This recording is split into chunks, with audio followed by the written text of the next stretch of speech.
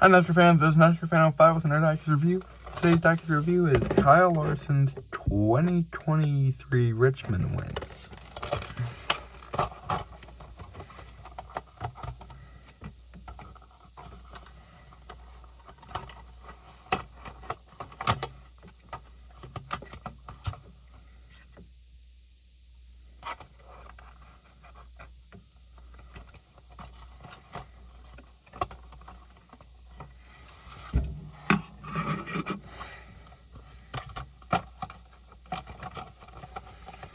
This is of course part of the authentic race win winner circle wave from wave 5. And this is an exclusive from wave. Like almost all the cars except for the Bristol Dirt cars in the wave are. Because somehow almost every win from 2023, or at least half the ones it seems like were canceled in the 164. Anyways, before we get on the car itself, I should acknowledge they did make a difference in one car. If you look at the Austin Hill 2022 car from a few months ago, the background for the name areas was white, and on the cars from starting in wave 4, which I am yet to find any cars from, and from what it seems like all waves going forward, that area on the bases will now be gold. Anyways, before we look at the car, let's look at the race that car comes with. On the front, you can see winner circle Richmond, Kyle Larson, race winner, April 2nd, 2023, Richmond, Virginia, race winner, Image Larson with the trophy. And on the back, you can see the race was 3 hours, 17 minutes, and 37 seconds long. Larson started 9. There was 400 laps for 300 miles. 8 cautions for 54 laps. Larson led 93 laps, and the margin of victory was 1.535 seconds over Josh Berry.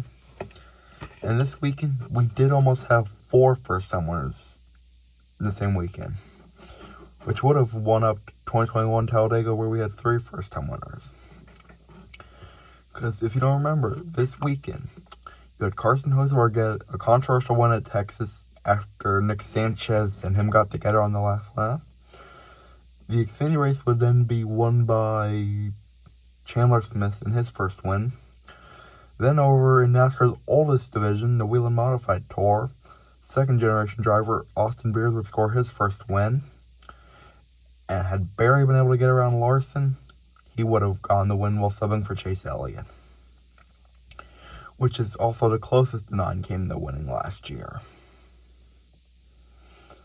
Anyway, on the hood, you can see Hendrick Cars. You can barely see the HendrickCars.com logo. Down the side, you've got NASCAR Cup Series, NASCAR 75th Anniversary 5, HendrickCars.com, hiring technicians. You can barely see any sponsors on the B post or C post. On the back bumper, you've got HendrickCars.com, Valvoline 5 Camaro. Down the right side, you got the same stuff as the left. You can see the sponsors that were on the B post. Chevrolet, Exalta, Cincinnati,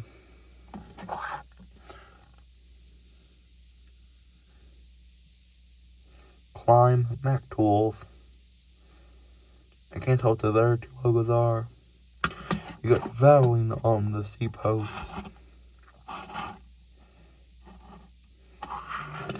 And on the roof,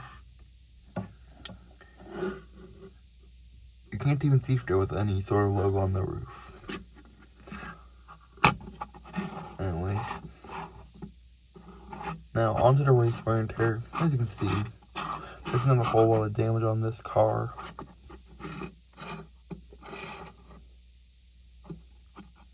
There's a bit of grill tape at the front, some dirt and rubber built up here and there.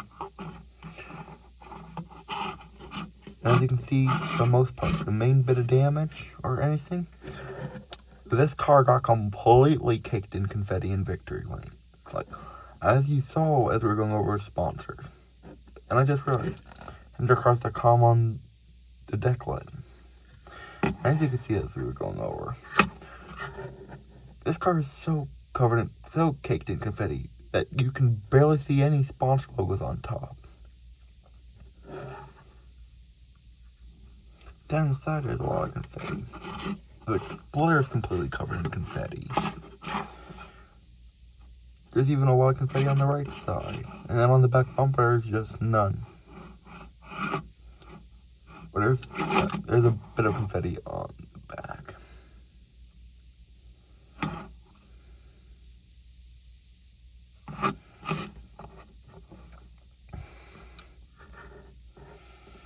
And yes, as you can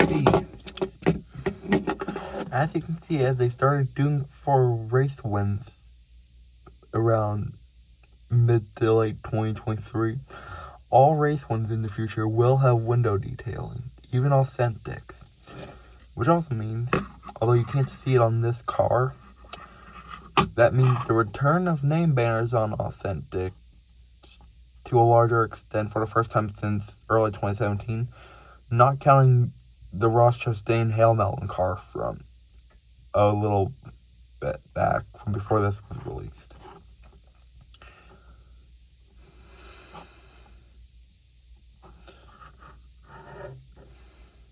Again, I also forgot to point out, on the name rail you got Kyle Larson's name, but you can barely see it because of the confetti. Anyways, this is NASCAR Fan 5. See you guys next time.